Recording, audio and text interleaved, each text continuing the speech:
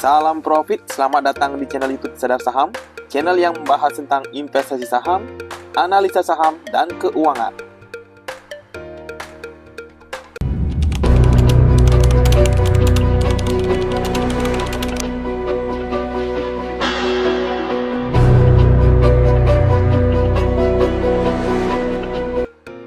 Halo para sahabat investor, kali ini kita bahas salah satu saham raksasa di Indonesia yang sudah lama menjadi incaran para investor besar, yaitu PT Astra International Tbk yang berkode saham ASI.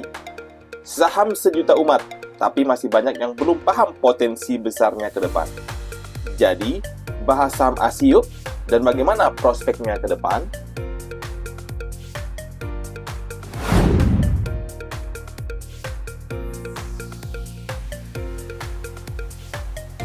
Buat para sahabat investor yang baru mulai berinvestasi, PT Astra International Tbk atau ASI ini bukanlah perusahaan ecek-ecek. Didirikan sejak tahun 1957, Astra sekarang punya lebih dari 200 anak perusahaan di berbagai sektor, mulai dari otomotif, agribisnis, alat pembayaran, sampai teknologi digital dan properti.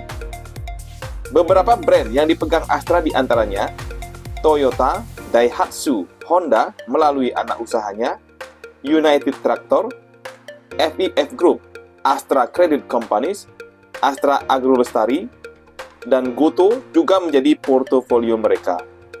Luar biasa ya, satu ASI bisa mengatur hampir semua sektor strategis di Indonesia.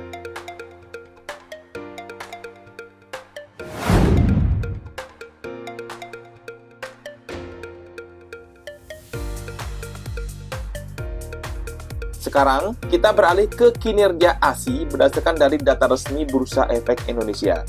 Untuk pendapatan ASI di kuartal 1 tahun 2025, naik sebesar 1% secara tahunan, dari 81,209 triliun rupiah di kuartal 1 2024 menjadi 83,361 triliun rupiah di kuartal 1 tahun 2025. Untuk sumber utama pendapatan ASI berdasarkan segmen usaha bisa dijelaskan sebagai berikut. Yang pertama, dari heavy equipment, mining, construction, dan energi, menjadi penyumbang terbesar pendapatan tahunan sebesar 35%. Di kuartal 1 tahun 2025, segmen ini masih mendominasi, walau laba menurun 30% karena turunnya harga dan volume batu bara. Yang kedua, dari automotive dan mobility, penyumbang pendapatan sekitar 33% dari total tahunan.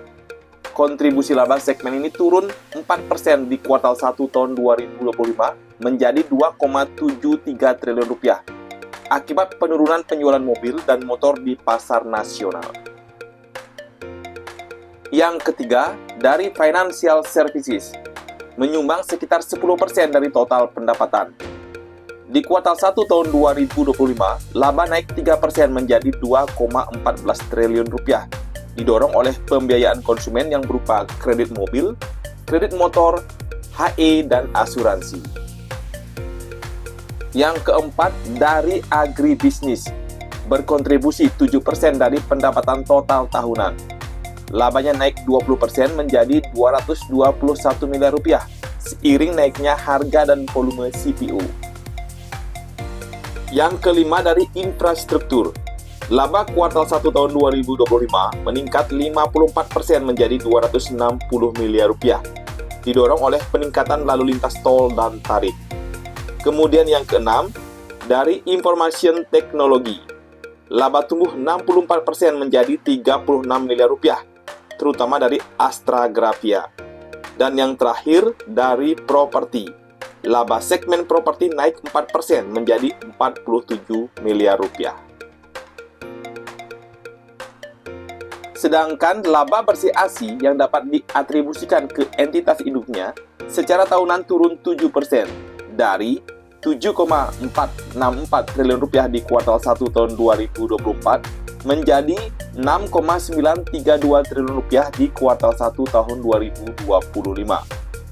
Penurunan laba bersih ASI ini di kuartal 1 tahun 2025 meskipun pendapatannya naik di kuartal 1 tahun 2025, disebabkan oleh beberapa faktor, di antaranya, pertama, margin keuntungan tertekan di bisnis otomotif.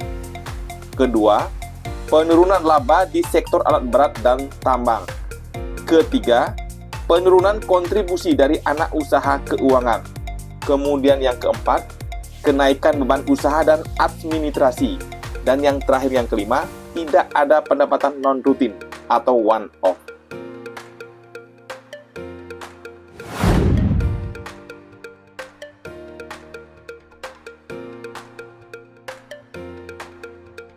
Bagaimanakah prospek ASI ke depan? Dari sudut pandang Sedar Saham, bisa disimpulkan, prospek saham ASI di tahun 2025 masih positif karena pertama, diversifikasi bisnis ASI sangat kuat dan besar. Tidak tergantung dari satu sumber saja, mulai dari otomotif, agribisnis, alat pembayaran, sampai teknologi digital dan properti.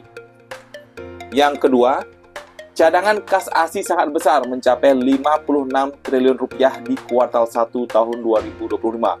Dan ini bisa digunakan untuk ekspansi usaha ataupun digunakan untuk membagikan dividen. Kemudian yang ketiga, harga sahamnya tergolong murah atau under value bila dibandingkan antara valuasi bisnisnya saat ini yang bernilai 194 triliun rupiah dengan total asetnya yang bernilai 494 triliun rupiah. Dan yang terakhir yang keempat, peluang bisnis di EV, mobil listrik.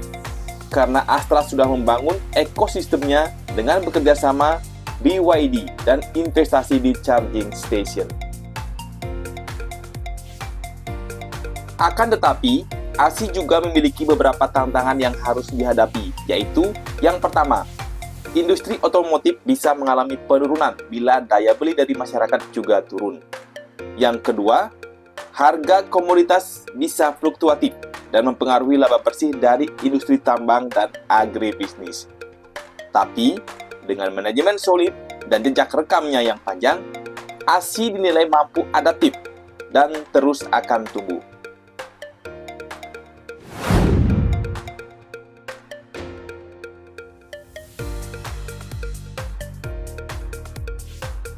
Menurut perhitungan dari Sadar Saham, harga wajar ASI berada di rentang harga 6.840 sampai 8.270 dengan cara mengalihkan earning per share EPS anualisnya yang sebesar 684,92 dikalikan per price earning ratio sebesar 10 kali dengan memperoleh hasil 6.840.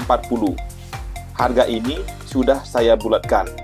Dan juga mengalihkan EPS earning per share 12 bulan ke belakangnya yang sebesar 827,97 dikalikan dengan per price earning ratio 10 kali juga dengan memperoleh hasil 8.270. Harga ini juga sudah saya bulatkan.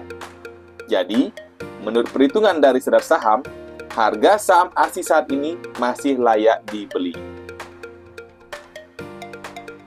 Bandingkan dengan harga saham ASI saat ini yang masih di bawah Rp5.000 per lembar saham. Jadi, masih ada potensi upside. Ditambah juga dengan dividen rutin tiap tahun dari ASI. Ini juga membuat ASI cocok untuk para sahabat investor yang mencari passive income dari saham. Kesimpulan yang bisa diambil, ASI itu seperti mini Indonesia di pasar saham. Diversifikasi bisnisnya bikin ASI tahan banting dan potensi jangka panjangnya masih cerah. Jadi, apakah saham ASI sudah ada di portofoliomu sekarang? Tulis pendapat kamu di kolom komentar. Dan jangan lupa untuk subscribe, like, dan nyalakan loncengnya biar tidak ketinggalan video saham lainnya. Yuk investasi dengan bijak, jangan ikut-ikutan. Lakukan riset sebelum beli saham ya.